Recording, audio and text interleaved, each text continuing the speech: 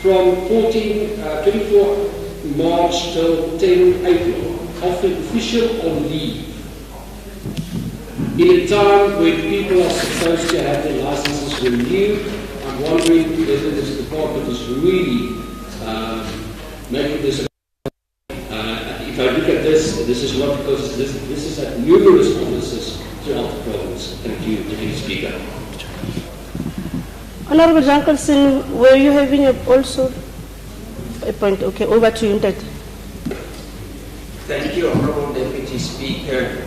Honorable Deputy Speaker, we would encourage the department to request an extension for the licensing, and there are a number of reasons for this.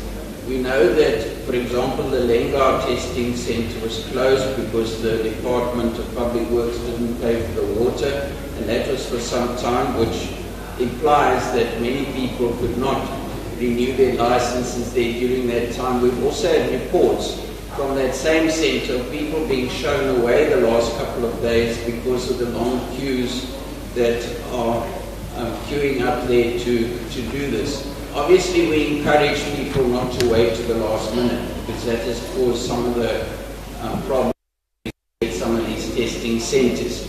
Another issue that was raised, that people are allowed to go and renew their licenses at post offices, but the post offices don't have the necessary forms. And I'd like to request that the department ensures that when people are expected to renew, that the necessary documentation is there that enables them to do so. Honourable Deputy Speaker, we also express our condolences to family who passed away due to the flash flooding and all others who died as a result of the poor roads conditions and potholes. But I also want to remind the NEC that the recent rains are not the only reason for the poor roads. Years of neglect has caused the problems which we are experiencing now. The fact that we've had problems with the allocation of contracts for roads, that some of them have to be redone 3 times before we actually get someone who can fix the road.